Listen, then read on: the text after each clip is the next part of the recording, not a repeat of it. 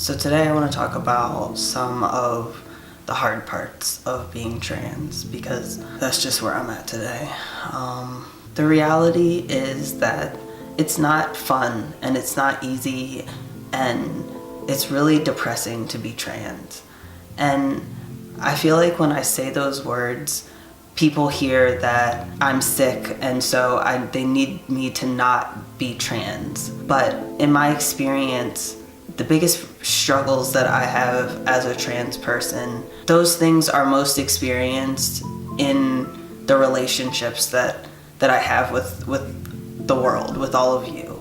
Honestly, I've realized that there are too many people in my life who liked me better when I hated myself.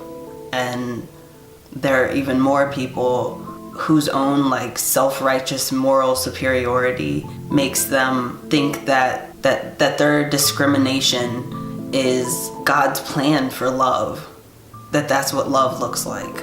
Honestly, I hope that God never loves them in the way that they try to love us. That is not love. It's so hard to be in a world that just tolerates you and then makes you feel like you should be happy that they haven't done worse, that the good guys just don't actively hurt you, but they still don't help. In doing just YouTube searches on trans depression, I did run into Riley Dennis's video on the trans depression rates, and I'll link to them below, but the attempted suicide rate for cis people across their lifetime is around 5%. For trans people, it's about 40%. And Riley goes on to present research about how the determining factor for whether a person will feel accepted or will feel rejected and attempt suicide is really based on their family's acceptance and their access to hormones, people using their pronouns, basic things, people celebrating us, people doing what God asks of us, to be sad when people are sad and rejoice when they rejoice. And when trans people have individuals in their lives who are willing to do that, we don't try to kill ourselves. That seems to be what the research says. And it's frustrating because 40%, bruh, doesn't anybody care?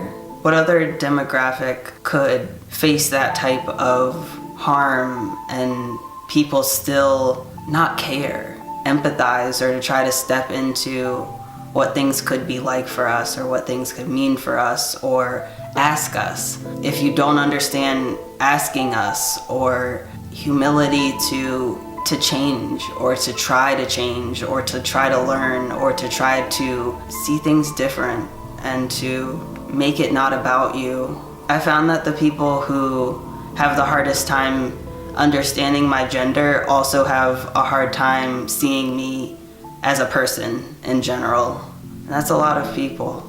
I don't necessarily have the answer to this, but thankfully we have a beloved community who is willing to show up for us.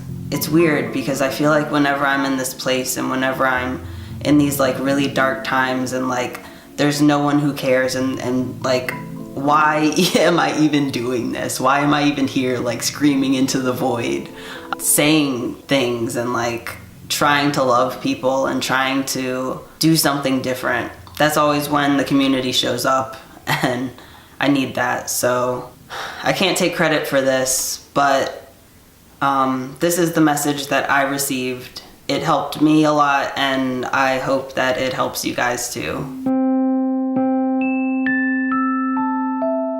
I just wanted to tell you how much I love you. You've overcome so much, and I want to send some light and positivity your way because you send so much of that into the universe already. This is your life. Live it for yourself and for God. Please only yourself and God. Galatians 1:10 says, "For am I trying to win the approval of man or of God? If I'm trying to win the approval of man, then I wouldn't be a servant of Christ. You're one of the strongest people I know. And I just wanted to tell you that I'm here if you need me. I love you and God bless you.